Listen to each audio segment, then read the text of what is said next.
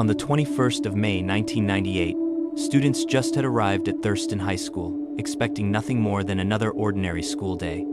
Friends were talking in the cafeteria while breakfast was served. But out of nowhere, at 7:55 a.m., gunfire erupted. The gunshots echoed through hallways that had never known violence. Students ran. Others froze out of fear. In minutes, the school became a crime scene. 2 students were killed, and more than 20 others were wounded. Police flooded the campus. Ambulances lined the streets. Parents waited in panic outside the school, unsure if their children were alive. Within minutes, the shooter was identified. He was 15 years old. He was a freshman. He was a student at Thurston High School. His name was Kipland Phillip Kinkel.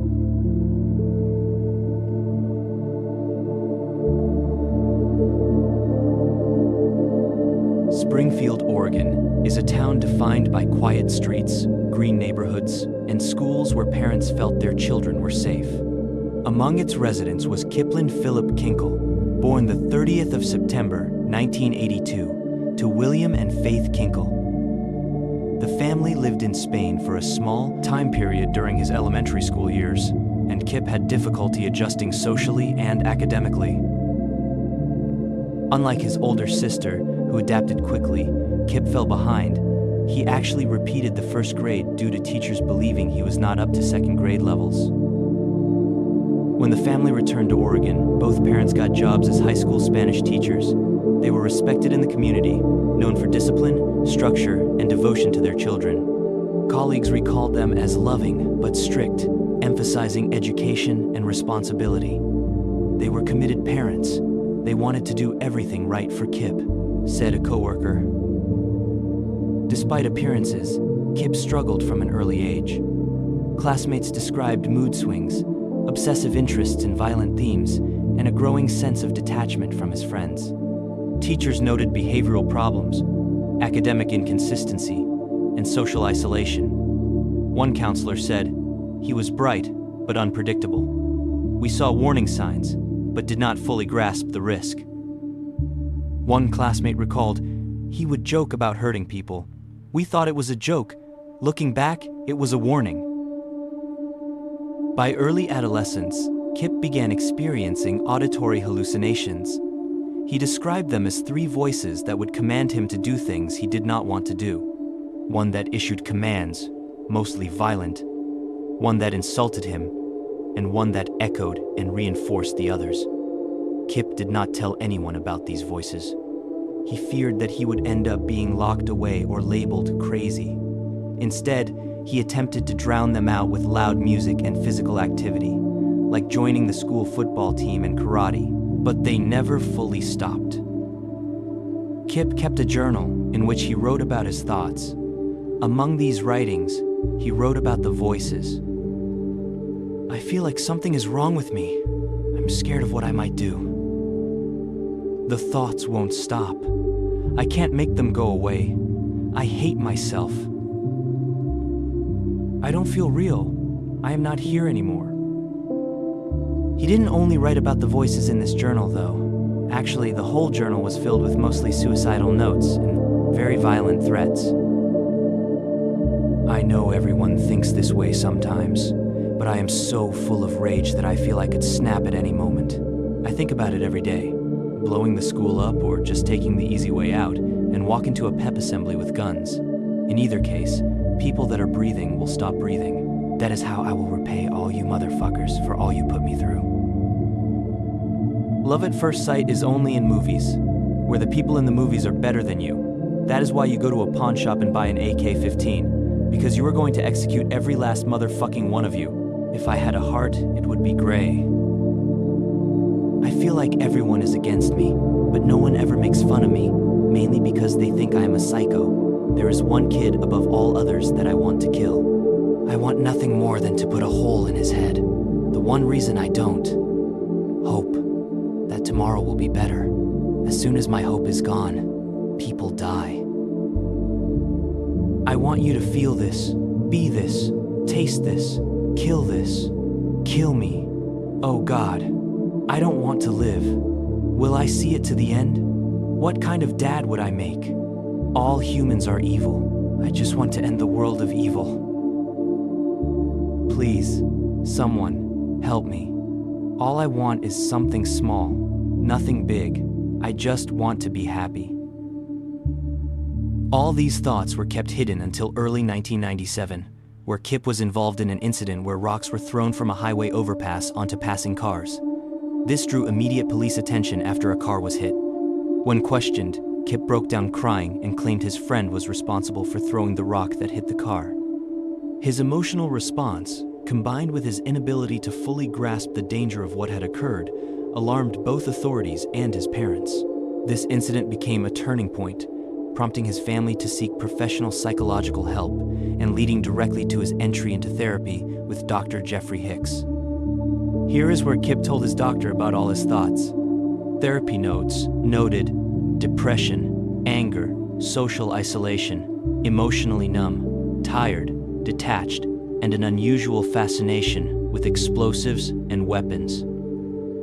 Dr. Hicks diagnosed Kip with major depressive disorder and prescribed Prozac. By late summer, he appeared to improve, and therapy ended. But Kip never mentioned the voices to Dr. Hicks, and no psychotic disorder was diagnosed. He kept taking the Prozac for a while, but eventually stopped. As I said earlier, Kip developed a fascination with firearms. In 1997, after Kip begged for months, his father bought him a .22 caliber Ruger semi-automatic rifle with the understanding it was to be used only under supervision. Around the same period, he purchased a pistol from a friend and another rifle. He kept both firearms hidden. Eventually, Kip would fire the rifle his dad bought in his backyard while his parents were not home. The neighbors heard these shots and told Kip's parents, who took the gun away and hid it in their bedroom. As time went on, his interest grew darker and more noticeable. He once presented a talk on how to make a bomb with detailed drawings attached to a clock, a topic that should have triggered concern but was overshadowed by other class presentations at the time, and no action was taken.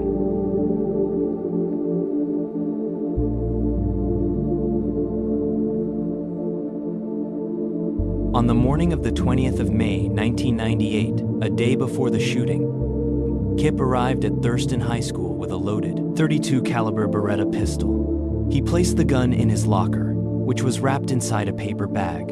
The firearm had been stolen from the home of a classmate's father days earlier. The gun was reported stolen, and police eventually tied it to Kip. They pulled him out of class and asked him directly whether he had a weapon. He did not deny it. According to school and police reports, Kip responded calmly, "I'm going to be square with you. The gun is in my locker." After police found the gun in his locker, Kip was arrested on campus without incident. He was then taken to the police station and interrogated by an officer. Police reports noted that he was scared of what his parents would think of him, thinking that his parents would be embarrassed of him forever. He was suspended from school and released into the custody of his father to await an expulsion hearing. William Kinkel picked up his son from police custody and drove him home. During this drive, William delivered what Kip later described as a serious, disappointed lecture, where his father went hard on him and even told him he was disgusted in him. But Kip could barely even hear his father's voice. Instead, the voices that had plagued him for years became deafening. He later said the voices were telling him that his life was over. He had destroyed his family. He had to act immediately. He had to grab the rifle and kill his father. This detail is not speculative. It comes directly from court-submitted psychiatric evaluations, which concluded that Kip was experiencing acute psychosis at the time. After they both returned home on the afternoon of the 20th of May, 1998, he felt trapped, ashamed, and terrified not just of punishment, but of the voices themselves. Kip wrote about how he felt that day in his journal. "My head just doesn't work right. God damn, these voices inside my head. I don't know what to do anymore. I just got 2 felonies on my record. My parents can't take that. I can't take that. I have to kill people. I don't know why. I have no other choice. William Kinkel, his father, remained in the kitchen area of the home. He was seated on a stool near the counter, drinking coffee. At approximately 3:30 p.m., Kip retrieved the .22 caliber Ruger semi-automatic rifle that had been purchased for him months earlier. Kip approached his father from behind. William Kinkel was unaware of what was about to happen. Kip fired one shot into the back of his father's head. The wound was immediately fatal. He then dragged his father's body from the kitchen into a nearby bathroom and covered it with a sheet.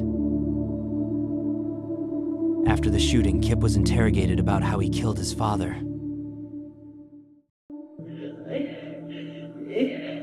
I had no other choice. He was saying all this. He was saying all that stuff.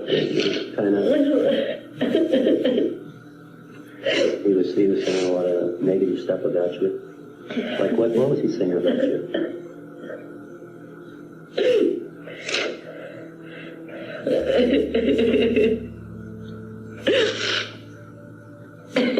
Okay. He's mad at you because you got caught in school with a gun, right? Right. Okay. And all his friends and everything knew about it. So he was feeling ashamed and embarrassed because you did something wrong. Is that right? Okay. I didn't want to. I love my dad, that's why. You love him, so that's why you had to kill him? Okay. So what's he doing in the kitchen when you come in? He was drinking something. Was his back to you? Yes.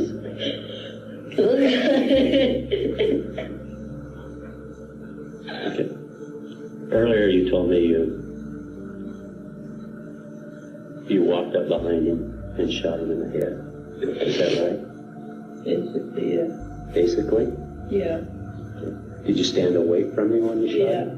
How far were you from him when you shot him? 10 feet. 10 feet? And how many times did you shoot him? Once. And where did that bullet hit him? Right above the ear. Right behind the ear? Yeah, but yeah. Oh my God. It's all right. I didn't know what to do, so I dragged him into the bathroom and then put a white sheet over him. Okay. Oh my God. My parents were good people. I'm just so fucked up in the head. I don't know why.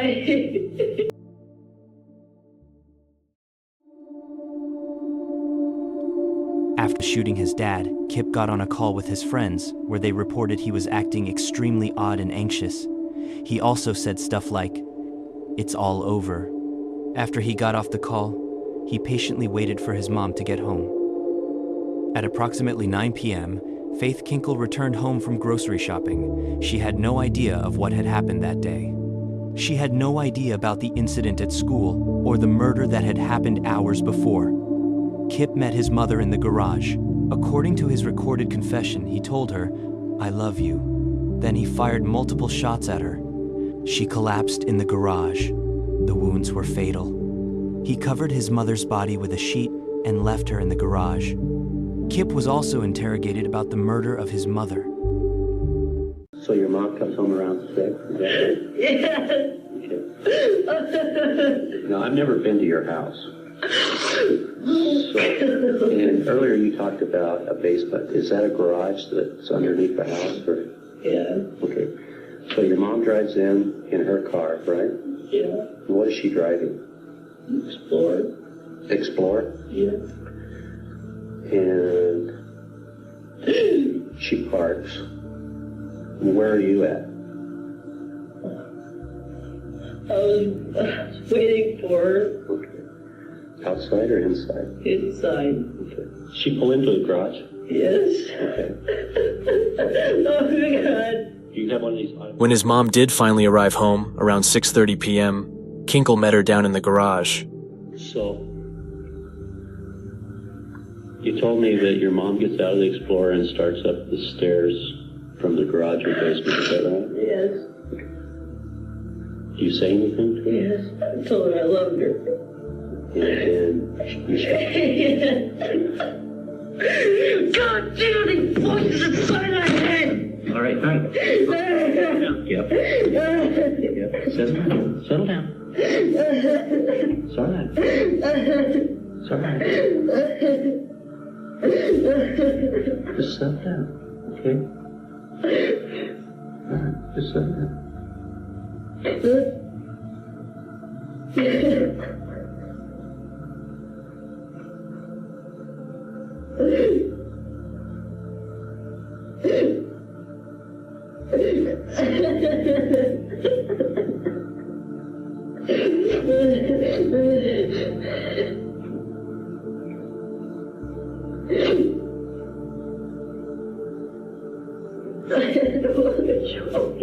Okay. So how far were you from your mom when you shot her?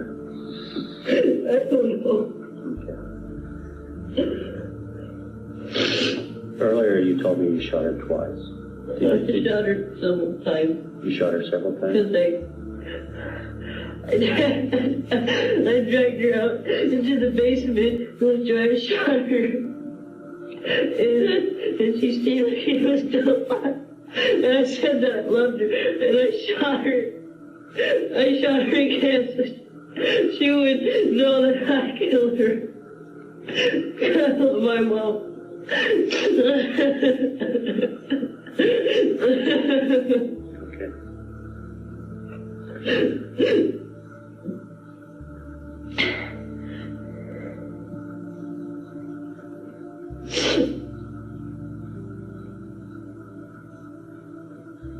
So you didn't want your mom to know that you were the one that shot her?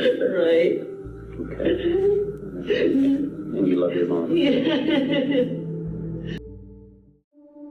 He was then interrogated about what he did for the rest of the night. I didn't know what to do. I held my clock to my head, and I wanted to kill myself so bad, but I couldn't. I don't know why. So did you get any sleep last night at all, or did you stay awake all night? Stayed awake. Did you watch TV? I turned on to keep me company, but I didn't watch it.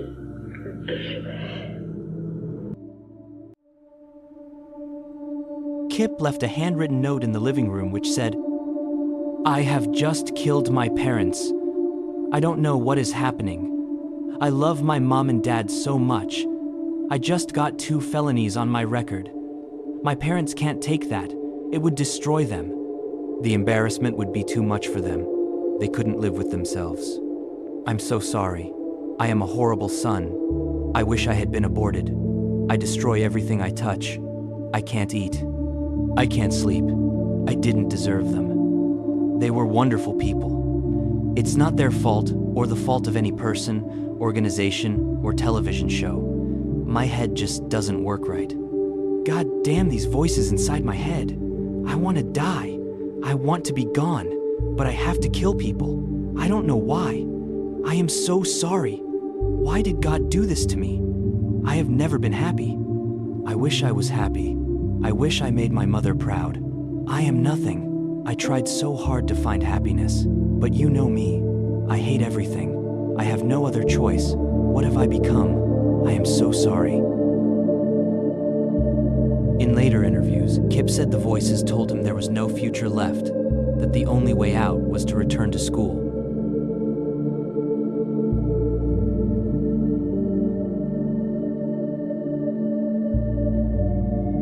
On the morning of the 21st of May, 1998, Kip Kinkel left his house just before school hours.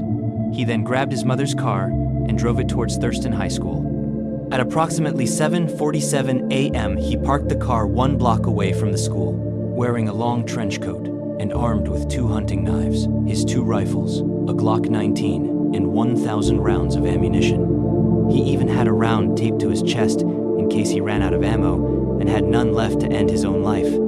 All this was hidden under the trench coat. He then walked onto campus as students gathered for the start of the day. At approximately 7:55 a.m., Kip made his way to the cafeteria. On the way, he passed some of his friends and told them to get out of the building. When he made it to the cafeteria, he took a rifle out of his trench coat and immediately fired 2 shots into the crowd. The first shot hit 16-year-old Ben Walker in the back of the head, who at the time was with his girlfriend. The wound was unfortunately fatal. The other bullet wounded another student in his spinal cord, but he thankfully managed to survive and make a full recovery. Students later reported being confused, as they didn't realize those loud sounds were actually gunshots. Kip then moved closer toward the cafeteria. Then, everyone saw Kip with the rifle and immediately realized what was happening. Panic spread rapidly. Students screamed, ran, and dropped to the floor. Teachers attempted to direct students to exits, but there was no formal lockdown protocol in place. Multiple 911 calls started coming into local stations as Kip fired 48 rounds into the crowd, wounding 25 students. Many of them were trying to escape, and some ended up with life-altering wounds. Among these 25 students, there was 17-year-old Michael Nicoloson, who was under a table. Kip climbed on top of the table and shot him in the back of the head, killing him instantly. Then he pointed the gun at another student, but the gun clicked. It was out of ammo. Kip then attempted to reload, but an injured student, Jacob Riker, ran towards him and tackled him. During the struggle, Kip grabbed the Glock in his belt, and 1 additional shot was fired, wounding Jacob again. But he did not let go. Then another group of students joined in to help Jacob. They disarmed him and held Kip to the ground, all while he repeatedly shouted, "Just kill me." Then police arrived and took Kip away. Police reports described him crying uncontrollably, shaking, and compliant. He followed all commands immediately. One officer later testified that Kip appeared emotionally collapsed, not defiant or aggressive. Kip was taken into custody without further incident. Jacob thankfully survived both wounds and made a full recovery. But unfortunately, 2 lives were lost. 25 were wounded, many with life-altering wounds, and many others ended up traumatized.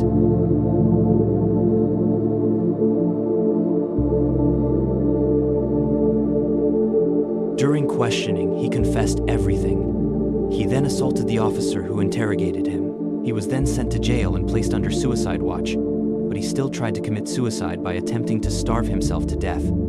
After, police went to Kip's house where they found the bodies of William and Faith, exactly where he said they would be. There was opera music playing on loop throughout the house. When they entered Kip's room, as they searched the room, they found 5 homemade bombs, which were quickly defused. There was even a bomb under Faith's body, not included in the 5 I just mentioned. I think these bombs were supposed to go off but malfunctioned because there wouldn't be any other reason for them to be placed there. Kip's sister was in Hawaii attending college when she was notified of what her brother had done. She then flew to Oregon and had to plan both of her parents' funerals. She was only 21 years old at the time. Then the court process began. Kinkel was charged with 4 counts of murder, 26 counts of attempted murder, and multiple weapons offenses. Because he was 15 years old, the death penalty was not an option. So, the prosecution sought the maximum possible prison sentence to ensure he would never be released. Rather than risk a jury trial and a mental illness defense, Kinkel pleaded guilty in 1999, sparing victims from testifying at trial, but not from confronting him at sentencing. Over 5 hours of victim impact statements were read aloud. Jacob Riker said, "I don't care if you're sick, if you're insane, if you're crazy. I don't care. I think prison, a lifetime in prison is too good for you. I don't think you should go to prison. I think the victims should get to do to you what you did to them. I think you should have to suffer in the hospital like they did." Mark Walker said, "If Mr. Kinkel is sitting in prison without possibility of release for the rest of his life, it might, just might keep some other young person from taking a gun to school. That would be the only positive thing that could come from this tragedy. Bettina Lynn said, "I saw so much that day that haunts me. I remember seeing Jesse in front of me, with blood all over his white shirt. I saw Jennifer with blood all over her face and neck, and I assumed that she was already dead. I saw a body behind me on the other side of the table, and I didn't know who it was." These are just some short parts of the 5 hours of speeches that were read out loud. Kip did have the opportunity to read his own speech to them, in which he said, "I have spent days trying to figure out what I want to say. I have crumpled up dozens of pieces of paper and disregarded even more ideas. I have thought about what I could say that might make people feel just a little bit better. But I have come to the realization that it really doesn't matter what I say, because there is nothing I can do to take away any of the pain and destruction I have caused. I absolutely loved my parents and had no reason to kill them. I had no reason to dislike, kill, or try to kill anyone at Thurston. I am truly sorry that this has happened. I have gone back in my mind hundreds of times and changed one detail, one small event, so this never would have happened. I wish I could. I take full responsibility for my actions. These events have pulled me down into a state of deterioration and self-loathing that I didn't know existed. I am very sorry for everything I have done and for what I have become." Mental health experts testified that Kinkel suffered from severe depression, psychotic symptoms, paranoia, and obsessive violent ideation. Defense experts argued treatment had failed him, but prosecution experts argued illness did not erase responsibility. The judge did not dispute his illness, but ruled it did not outweigh public safety. Judge Jack Madison imposed the harshest sentence available under Oregon law: 111 years and 8 months in prison without a possibility of parole. Kinkel was first sent to McLaren Youth Correctional Facility, then later transferred to adult prison. He has since expressed remorse. For the victims, survivors, and families, the impact remains permanent. Let's take a moment of silence for the lives lost in this tragedy.